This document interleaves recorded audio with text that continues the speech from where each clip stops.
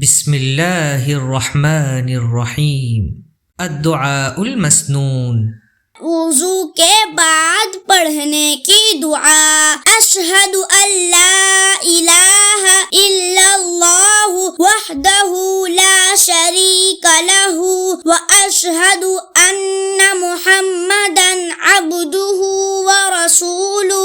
اللہم اجعلنی من التوابین واجعلنی من المتطہرین۔